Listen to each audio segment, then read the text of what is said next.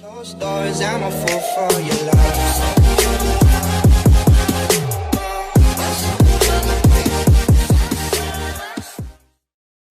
Hello, வணக்கம் and welcome to destination speak world.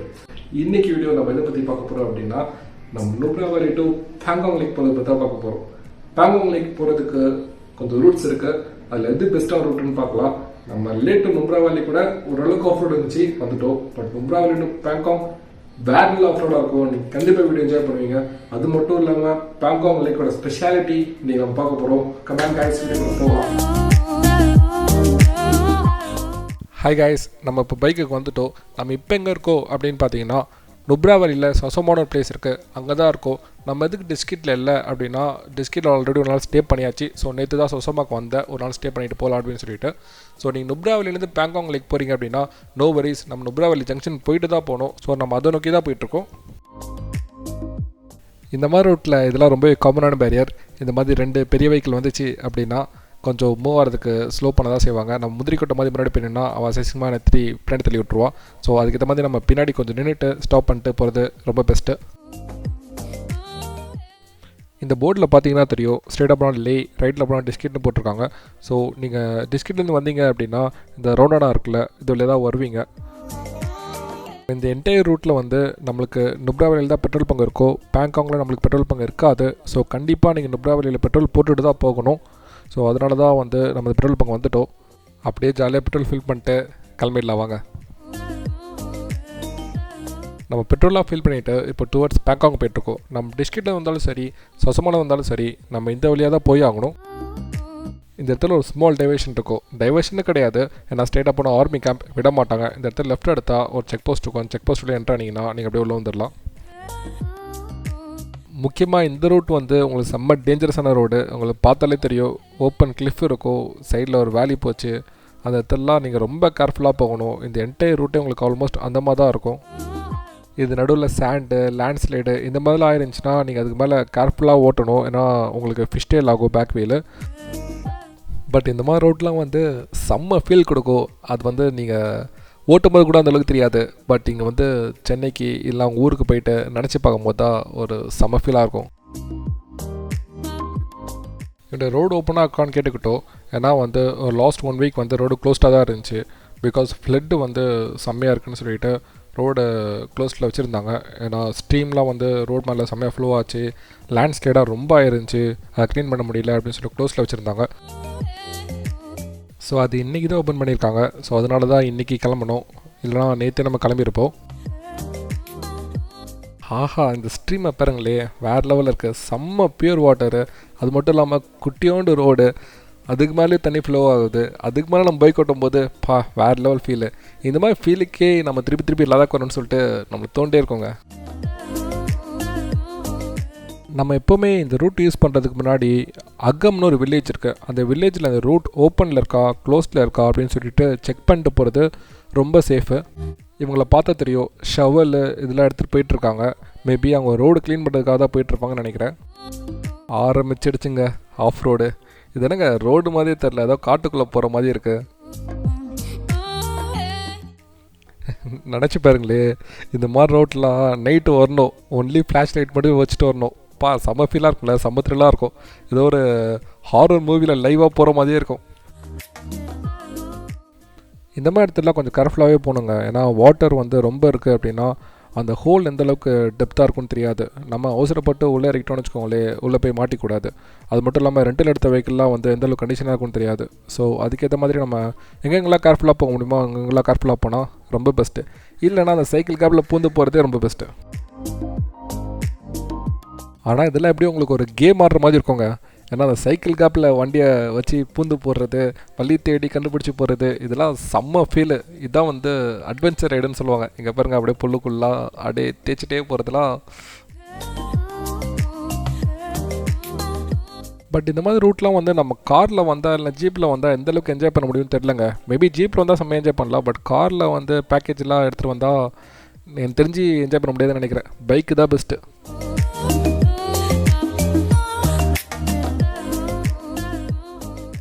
இந்த ரூட்டை பாருங்களே, கீழே ரோடு போட்டிருக்காங்க. பட் எங்கே ரோடு போட்டு என்ன யூஸு, மேலே ஃபுல்லாக மண்ணாக தான் இருக்குது, அவ்வளோ லேண்ட்ஸ்லைடு. பட் பரவாயில்லங்க, நம்ம பார்டர் ரோடு ஆர்கனைசேஷன் எல்லாத்தையும் நம்மளுக்காக க்ளீன் பண்ணியிருக்காங்க. ஆக்சுவலாக வந்து நம்ம நுப்ரா வேலி டு பேங்காங் போகிறதுக்கு 3 ரூட் இருக்குங்க. ஆனால் வந்து ஷேக் ரூட் தான் ரொம்பவே பெஸ்ட்டு. ஏன்னா அது ஒரு ஷார்ட்கட் கூட. ஏன்னா மீதி 2 ரூட் வந்து எப்படி போகும் அப்படின்னா, நீங்கள் லேக்கு போயிட்டு அதுக்கப்புறம் திருப்பி லேலேருந்து நீங்கள் பேங்காங் போகிற மாதிரி இருக்கும், சாங்லா பாஸ் வழியா. இன்னொரு ரூட் எப்படி போகும் அப்படின்னா, நீங்கள் இந்த மாதிரியே போவீங்க, அதுக்கப்புறம் வரிலான ஒரு பிளேஸ் போவீங்க. அந்த வரிலான்ற பிளேஸ் போய்ட்டு அதுக்கப்புறம் வந்து நீங்கள் பேங்காங் வருவீங்க. பட் அந்த வரிலான்ற பிளேஸே வந்து உங்களுக்கு ஆல்மோஸ்ட் 6 hours எக்ஸ்ட்ரா ஆகும் இந்த ரூட்டோட. நம்ம லேலாம் கம்பேர் பண்ணிங்கன்னா உங்களுக்கு வந்து லைக் 9 hours எக்ஸ்ட்ரா ஆகும். அந்த பாட்டியை பாருங்களே எவ்வளோ க்யூட்டாக ஹாய் சொல்கிறாங்கன்னு சொல்லிட்டு, எவ்வளோ கஷ்டத்தில் ஒர்க் பண்ணாலும் நம்மளை மோட்டிவேட் பண்ணணும்னு சொல்லிட்டு ஹாய் சொல்லி அனுப்பிச்சிடுவாங்க. எவ்வளோ கைண்ட் ஹார்ட்டடாக இருப்பாங்க.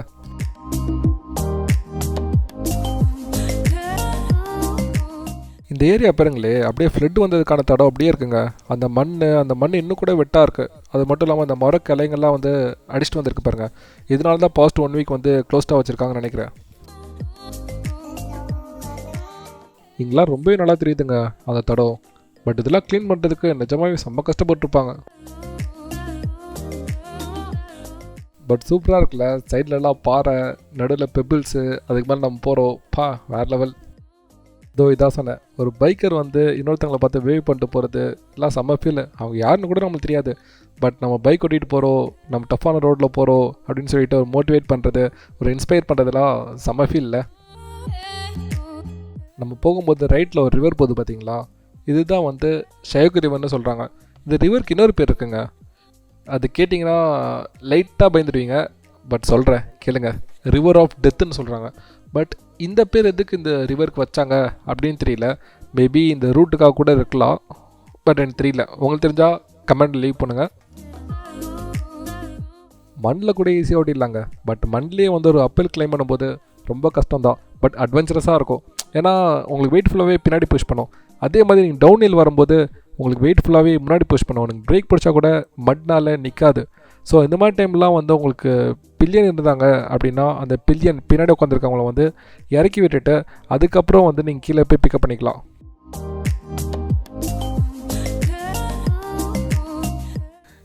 இந்த மாதிரி ராக்ஸ்லாம் பார்க்கும்போது எப்போ விழப்போகிறோம் அப்படின்னு சொல்லிட்டு அதுக்கே தெரியாமல் நிற்கிற மாதிரி இருக்குது.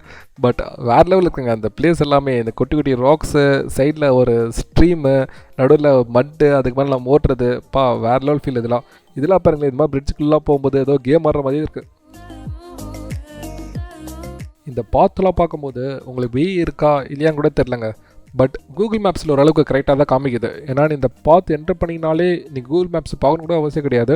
ஒரே ஸ்ட்ரெயிட் போயிட்டுனாலே உங்களுக்கு பிரச்சனை இல்லை. ஏன்னா கொஞ்சம் வெஹிக்கிள்ஸ்லாம் வரும், அவங்ககிட்ட வேறு டவுட் இருந்துச்சுன்னா கேட்டுக்கிட்டு அதுக்கப்புறம் நீங்கள் மூவ் ஆனோன்னா நோ இஷ்யூஸ். இல்லைனா கூட நீங்கள் தான் வெஹிக்கிள் ஃபாலோ பண்ணிட்டு கூட போகலாம் இன்கேஸ் நீங்கள் டவுட்டில் இருந்தீங்க அப்படின்னா. பட் இந்த மாதிரி ரூட்லாம் வரும்போது உங்களுக்கு மொபைல் நெட்வொர்க் சுத்தமாக இருக்காது. அதனால் ஆஃப்லைன் மேப்ஸ் வந்து கண்டிப்பாக நீங்கள் டவுன்லோட் பண்ணி வச்சே ஆகணும். அல்டிமேட் அட்வென்ச்சருக்கு வந்துட்டோங்க. இங்கே பாருங்களே, ரோலிங் ராக்ஸ்லாம் ரொம்பவே பெருசாக இருக்குது. அது மட்டும் இல்லாமல் மேலே ஒரு ஸ்ட்ரீம் பாஸ் ஆகுது. இது இன்னும் எவ்வளோ கஷ்டப்பட்டு போகிறா பாருங்க. அங்கே தூரத்தில் ஒரு ஸ்ட்ரீம் வேறு க்ராஸ் ஆகுது. அவன் வச்சுருக்க பில்லியனை வேறு, நீ போமா நான் க்ராஸ் பண்ணி வந்தோன்னே ஏறிக்கோ அப்படின்ற மாதிரி சொல்கிறாங்க. அவர் திருத்திட்டு முடிச்சுட்டு என்னடா கழட்டி விட்டு போயிட்டேடா அப்படின்ற மாதிரி நின்றுருக்காங்க. அவங்க வேறு ரொம்ப யோசிக்கிறாங்க இறக்குறதுக்கு. பரவாயில்ல, நம்ம இறங்கி தான் பார்ப்போமே.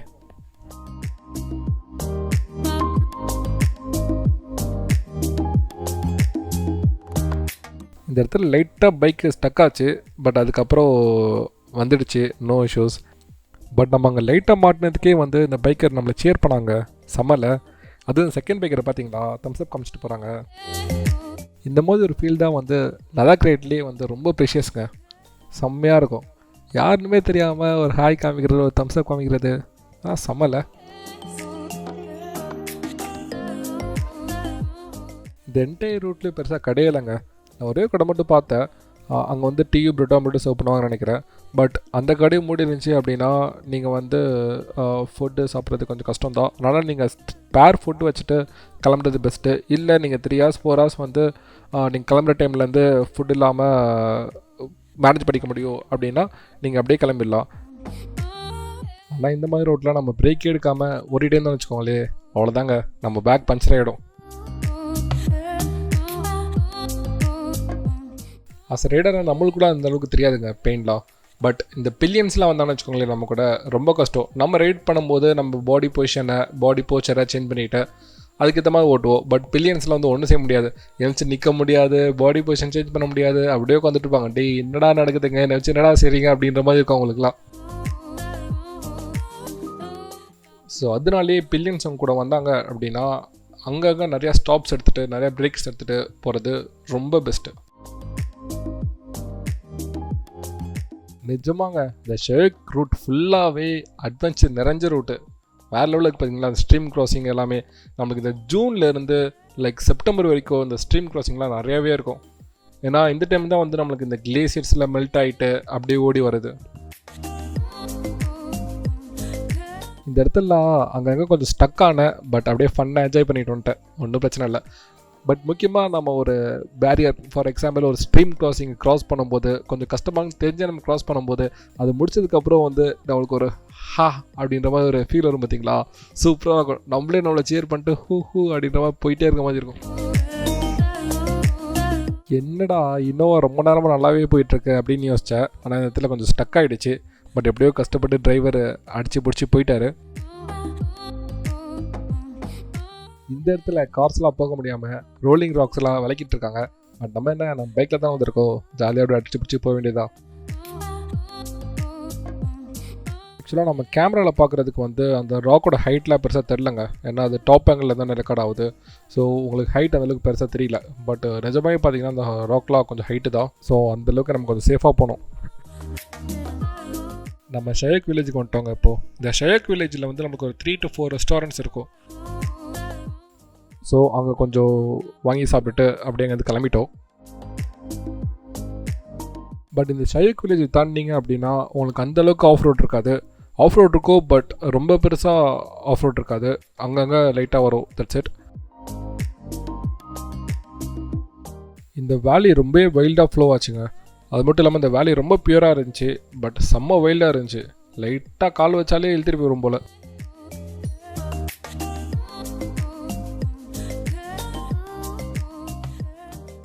நம்ம இப்போ முக்கியமான ஜங்ஷனுக்கு போக போகிறோம். அதில் தான் நம்மளுக்கு மெயின் டைவர்ஷனே இருக்குது. ஸோ இதான் அந்த ஜங்ஷன்.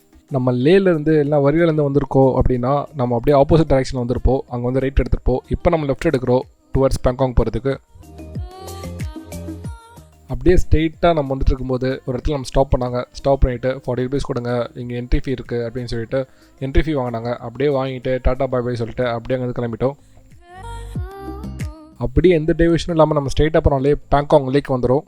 இந்த இடத்துல நம்ம முக்கியமாக பார்க்க வேண்டியது என்ன அப்படின்னு கேட்டிங்கன்னா AMS ஆல்டிடியூட் மவுண்டன் சிக்னஸ்ன்னு சொல்லுவாங்க. ஸோ இது எலிவேஷன் ரொம்ப ஹைட்டாக இருக்கனால, அதாவது 13,000 ஃபீட்லேருந்து 14,000 ஃபீட் வரைக்கும் இந்த எலிவேஷன் இருக்கனால கண்டிப்பாக இந்த மவுண்டன் சிக்னஸ், இந்த ப்ரீத்திங் ப்ராப்ளம், சஃபகேஷன்லாம் வரதுக்கு ரொம்பவே வாய்ப்பு இருக்குது. ஸோ உங்களில் யாராவதுக்கு ஹார்ட் ப்ராப்ளம் இல்லைனா ப்ரீத்திங் ப்ராப்ளம் அப்படி ஏதாவது இருந்துச்சு அப்படின்னா நீங்கள் கொஞ்சம் எக்ஸ்ட்ரா கேர் எடுத்துக்கணும்.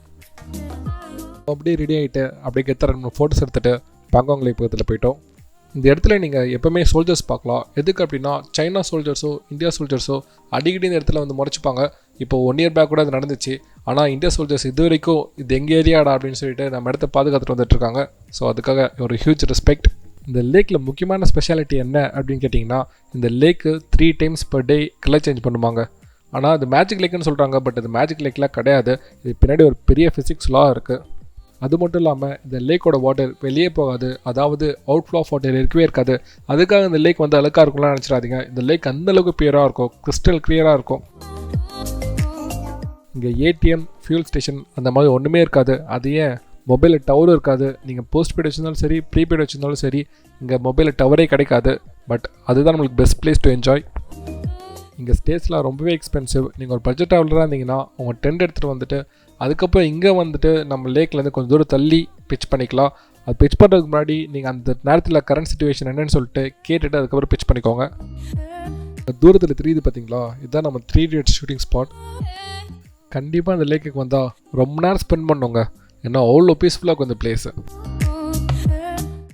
ஓகே கைஸ், நான் ஒரு குயிக் சம்மரி போட்டு இருந்து கிளம்பிடுறேன். இந்த வீடியோ பிடிச்சிச்சுன்னா லைக் பண்ணுங்கள், ஷேர் பண்ணுங்கள், சப்ஸ்கிரைப் பண்ணுங்கள். நம்ம நெக்ஸ்ட் வீடியோவில் சந்திக்கலாம். Until then, take care, bye bye, see you.